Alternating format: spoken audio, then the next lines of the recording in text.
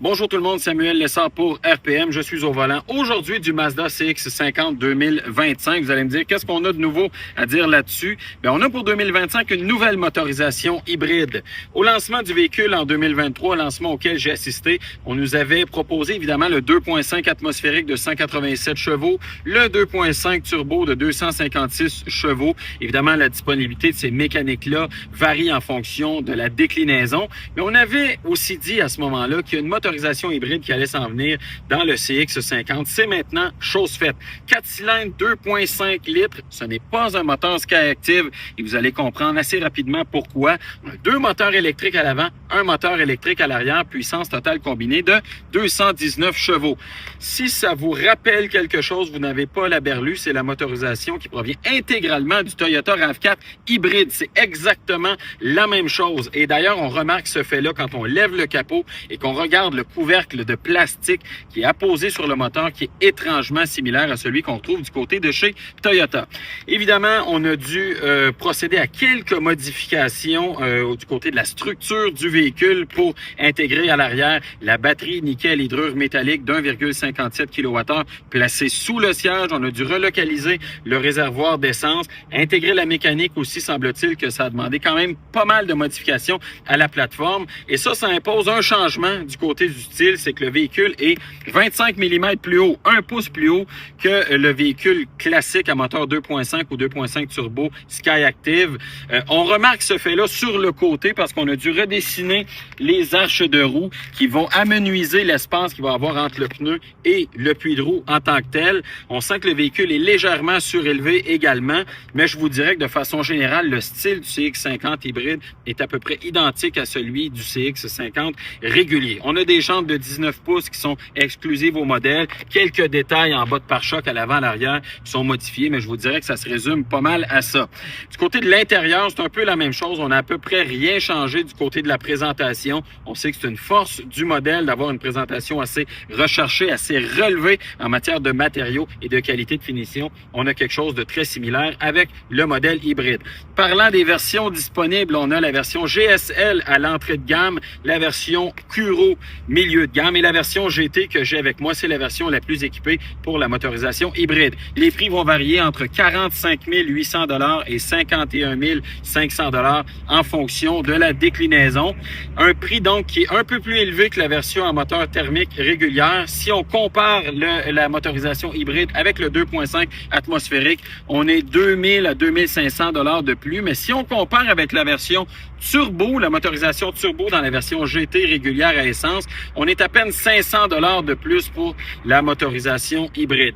Il faut savoir donc que ça va donner peut-être une meilleure consommation de carburant. C'est ce qu'on va voir un peu plus tard, mais vous allez faire une concession en matière de puissance parce qu'on a évidemment 219 chevaux avec la motorisation hybride contre 256 pour la motorisation turbo. Et il y a aussi un impact pour la capacité de remorquage parce que la version turbo, elle, remorque 3500 livres alors que la version hybride, elle, est limitée à 1500 livres.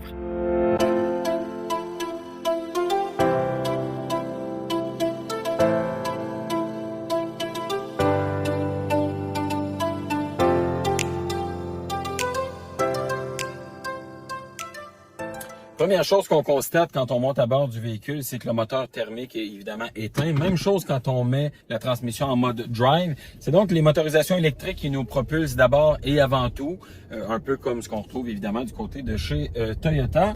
Mais si on fait une accélération un peu plus vive, ben là évidemment le moteur thermique entre en fonction, comme ce qu'on fait actuellement. Et c'est là où on entend quand même pas mal la mécanique thermique. C'est un peu comme ce qu'on retrouve du côté de chez Toyota, donc une mécanique thermique quand même assez bruyante. Je vous dirais que c'est peut-être un peu moins pire du côté de chez Mazda, mais en conduite quotidienne, c'est certainement pas un enjeu parce que la mécanique est quand même assez douce, pas trop bruyante quand on ne la sollicite pas de façon très intensive. Faut savoir aussi que la transition entre le mode électrique et le mode thermique se fait vraiment de façon très fluide. On ne sent à peu près rien. Mais ce qui est un peu déconcertant, c'est que contrairement à d'autres véhicules de la gamme Mazda, on a une transmission en variation continue. Ici, on a une impression de conduite un peu élastique. Même si du côté de chez Mazda, on nous a dit, on a recalibré la transmission CVT. J'ai l'impression qu'il y a comme des limites à cette recalibration-là. Mais je vous dirais qu'en conduite quotidienne, ce qui vient aider l'agrément de conduite, c'est tout le reste. Donc, la direction qui est bien calibrée, on a une bonne lourdeur, on a vraiment l'impression d'avoir quelque chose entre les mains. Même chose pour ce qui est de la suspension, calibrée de façon assez ferme. On a des roues de 19 pouces dans la version GT qui sont peut-être un peu moins contraignantes que les roues de 20 pouces de la version GT à moteur thermique, mais qui conservent quand même une certaine fermeté. On sent évidemment que le véhicule est un peu plus haut que le véhicule à moteur régulier, mais je vous dirais que ça n'a pas forcément un impact quand on conduit le véhicule. Niveau du poids, on est un peu plus lourd avec la version hybride, 30-35 kg de plus que la version 2.5 turbo. On a aussi une répartition de poids qui est un peu différente dans le sens où on a maintenant 55% du poids à l'avant, 45% à l'arrière. Donc, on a un peu plus de poids à l'arrière, notamment à cause du poids de la batterie qui est évidemment à l'arrière du véhicule. Ça fait une petite différence dans les dynamiques de conduite, mais le point central, c'est qu'on a du plaisir à conduire le véhicule. Ça vient donc un peu compenser pour la mécanique qui est un peu plus aseptisée, un peu plus soporifique dans sa calibration, dans sa livraison de puissance.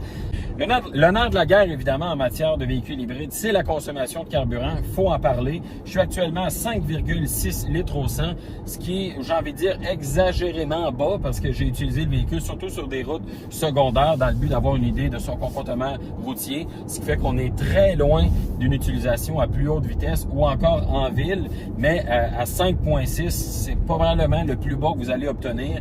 En temps normal, vous allez plutôt proche de 6, 6,2, 6,4 litres au 100, très proche de ce qu'annonce Ressources naturelles Canada pour ce véhicule-là, ce qui est au demeurant très bon par rapport au véhicule à moteur thermique conventionnel. Un 2.5 atmosphérique dans un CX-50, vous allez obtenir autour de 8, 8.5 litres au 100. Un moteur turbo, ça va être 9,5, 10 litres au 100. Donc, il y a quand même un gain à faire de ce côté-là. Motorisation aussi qui est plus puissante que la motorisation 2.5 atmosphérique ordinaire. Donc, ça, c'est quand même à considérer. Un peu plus de puissance, moins de consommation. Donc, il y a certainement un gain. C'est vrai que c'est moins puissant que la motorisation turbo, mais pour une utilisation quotidienne, la motorisation hybride fait très bien le travail. Point négatif, quand on demande beaucoup de puissance, on a un certain effet de coupe dans la direction. Honnêtement, je suis assez surpris de retrouver ça. Et autre point qui est un gros point d'interrogation pour nous, c'est la couette de fil, la couette haute tension qui va au moteur électrique arrière. C'était très problématique du côté du RAV4 hybride, même du côté de plusieurs autres modèles de la grande famille Toyota.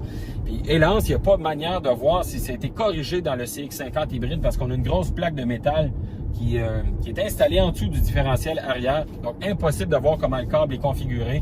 Donc, il va falloir attendre de voir quelle sera la fiabilité de cette composante-là. C'est pourquoi donc vous aurez compris qu'on place le CX-50 en évaluation le temps de voir la fiabilité de cette composante-là et aussi de voir si les modifications quand même assez intensives qui ont été faites sur le véhicule vont avoir une incidence sur la fiabilité du modèle qui est par ailleurs très bonne. Donc, restez bien à l'affût. On va vous revenir évidemment avec notre recommandation sur ce produit-là. Et bien qu'on a fait le tour quand même de façon assez exhaustive du véhicule, il y a d'autres contenus sur apmweb.ca qui vous permettent d'aller un peu plus loin dans ce que c'est un CX-50 hybride avec ses défauts et bien sûr ses qualités, dont l'essai routier qui est publié actuellement. Merci d'avoir été là. On se reparle bientôt.